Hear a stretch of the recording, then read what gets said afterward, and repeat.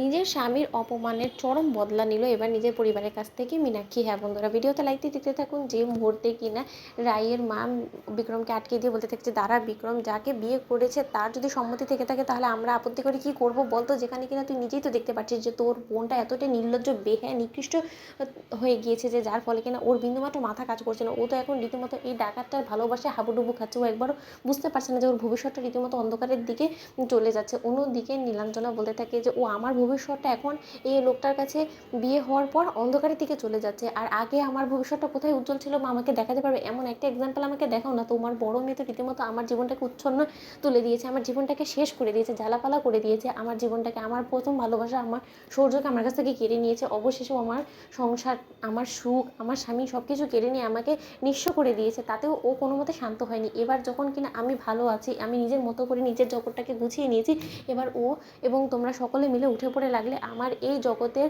শান্তিটাকেও ভঙ্গ করার জন্য। তোমরা কি মনে করছো সেই সব কিছু আমি মুখ বুঝে আবারও সহ্য করে যাব এবং আমি এর জন্য বিন্দুমাত্র কোনো অভিযোগ করবো না? একটা কথা স্পষ্টরূপে আমি বলে দিচ্ছি, ক্রান্তবাবু যখন নিজের ইচ্ছায় আমার হাত ধরেছে এবং সে যখন গোটা জীবন আমাকে তার সঙ্গে রাখার প্রতিশ্রুতি দিয়েছে এবং তোমাদের সকলকে সাক্ষী রেখে আমার স্মৃতিতে যখন একবার সিঁদুর পড়েছে, তাহলে তার সিঁদুরের এই মর্যাদা আমি অবশ্যই রাখবো।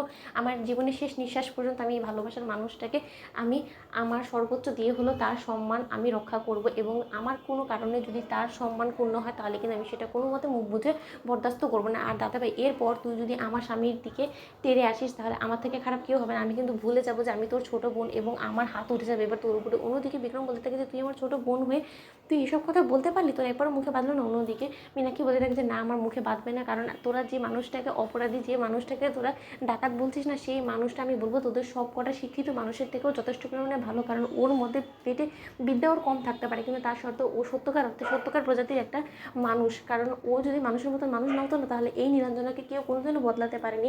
সেই নীলাঞ্জনাকে আজকে এই মানুষটা সম্পূর্ণরূপে বদলে দিয়েছে। যে মীনাক্ষী কিনা চিরকালের জন্য নিজের কথা ভেবে এসেছে, স্বার্থপর ছিল, সেই মীনাক্ষী এখন অন্যের কথা ভাবে, অন্যের ভালোর কথা ভাবে। অন্য ও কী খেলো না খেলো তাদের পেটে যোগান দেওয়ার জন্য এই মীনাক্ষী রাত দিন এক করে খাটাখাটনি করে। কেন করে? শুধুমাত্র এই মানুষটার মুখের দিকে তাকিয়ে, কারণ এই মানুষটাকে আমি ভালোবাসি মনে মনে।